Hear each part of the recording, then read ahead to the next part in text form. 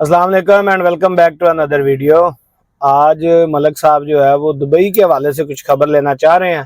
तो मलक साहब अपना सवाल बताइए आप। जी रौशन, मैं ये पूछना चाह रहा हूँ कि दुबई के वीज़ों वगैरह का क्या सिलसिला चल रहा है। उसका वीज़ा अब मिल रहा है या कोई रुकावट है या क्या सीन है उसका, यार उसके बारे में। देखिए, जो दुबई का जो वीज़ा है ना, अब अगर आप सोशल मीडिया के ऊपर चले जाएंगे तो पहले ये था कि चूंकि एमनेस्टी स्कीम दुबई में चल रही थी तो 31 अक्टूबर के बाद जो है ना ये समझा जा रहा था कि वीज़े खुल जाएंगे। लेकिन गवर्नमेंट ऑफ यूएई ने वो एमनेस्टी स्कीम जो है वो मजीद 2 माह के लिए बढ़ा दी है। अब इसके दौरान भी कुछ लोग जो है ना वो ये प्रेजेंट कर रहे हैं कि वीज़े लग रहे हैं। नहीं, ऐसा नहीं है।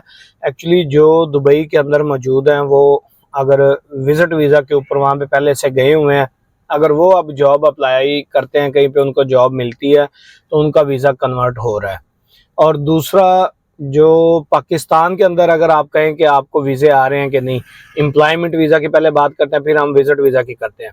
तो एम्प्लॉयमेंट का देखिए, दुबई में 2 तरह से होते हैं। एक जो प्राइवेट कंपनीज होती हैं उनकी लेबर अप्रूवल लेना पड़ती है।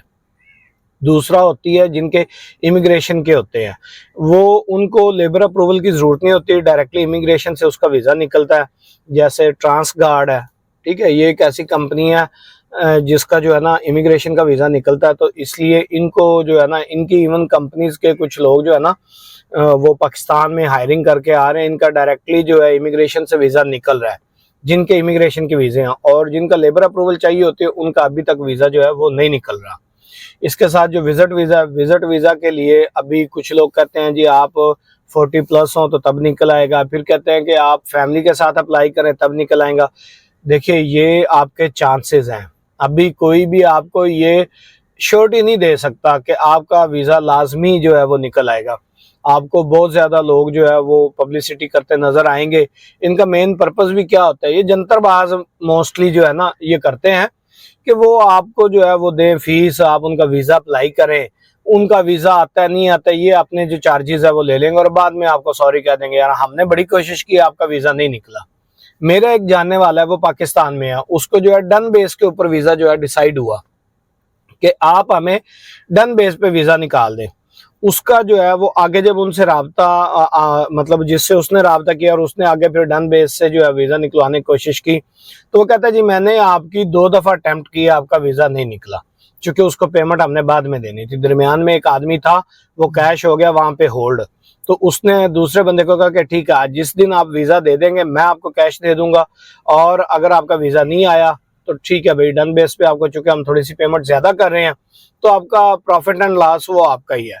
तो मेरे ख्याल में अभी जो है दिसंबर तक जो है ना आपको इंतजार करना पड़ेगा। और अगर इसमें कुछ अगर बेहतरी आई तो मुझे लगता है दिसंबर के मिड में तो शायद थोड़ी सी बेहतरी आ जाए।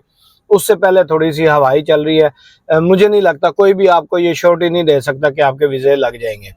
सेकंड, अब देखिए वहाँ पे पाकिस्तानी जितने भी लोग जाते हैं ना, कुछ तो होते हैं जो रियल टाइम वहाँ पे कारोबार करना चाहते हैं, वहाँ पे कोई अपनी स्किल सेट के जरिए अपनी कोई जॉब करना चाहते हैं। लेकिन कुछ लोग होते हैं जो जाते हैं कि यार ठीक है, दुबई हमारी बड़ी इजी एक्सेस में, हम चले जाते हैं, कोई निज़ाम बन गया ठीक है, नहीं है तो दाएं बाएं होकर भी कर लेंगे। तो ऐसे लोगों की वजह से बेसिकली अब मुझे जो लगता है यूएई गवर्नमेंट लाजमी तौर पे कुछ ऐसा मैकेनिज्म बनाएगी जिसमें जो रियल टाइम विजिटर हैं, रियल टाइम जो बिजनेसमैन है, या रियल टाइम जो वहाँ पे कोई काम करने जा रहे हैं, कोई उनका स्किल सेट उनके पास मौजूद है, कोई डॉक्टर है, इंजीनियर है, अकाउंटेंट है, कोई सेल पर्सन है, मतलब किसी भी टाइप का, तो उनको जो है ना वो वीज़े तो लाजमी तौर पे देंगे। चूँकि इसमें कोई शक नहीं है कि यूएई के अंदर जो है पाकिस्तानियों का भी जो है ना उसकी प्रोग्रेस के अंदर एक बड़ा वाज़िया किरदार है। और डेफिनेटली ये यूएई गवर्नमेंट की वजह से ही हुआ है, क्योंकि उन्होंने इनको जो है अपॉर्चुनिटी दी और उस अपॉर्चुनिटी के ऊपर ये लोग वहाँ पे गए और इन्होंने भी उनकी तरक्की के अंदर अपना किरदार अदा किया। तो यूएई के अंदर इन दिनों में जब आप ये वीडियो देख रहे हैं तो मेरे ख्याल में वीज़ा अप्लाई करना जो है ना वो कुछ ज़्यादा मुनासिब फैसला नहीं होगा। वेट करना चाहिए, एटलीस्ट दिसंबर का जो मिड है ना वहाँ तक वेट करना चाहिए।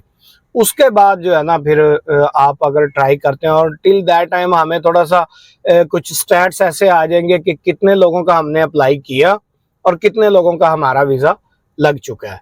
तो उसके बाद हमें इस चीज़ का जो है ना वो कंफर्मेशन आएगी। उससे पहले जो है वो एक बस मुख्तलिफ लोग अपनी दुकान चमका रहे हैं, जंतरबाजी कर रहे हैं। तो ये जंतरबाजों से बिल्कुल दूर रहना है। इन्होंने आपकी फीस ज़ाया करा देनी है, अपना इन्होंने कमीशन ले लेना है और आपके हाथ में कुछ नहीं है, आपकी डिसअपॉइंटमेंट बढ़ेगी। तो दुबई की मौजूदा सिचुएशन जो है ना वो यही है।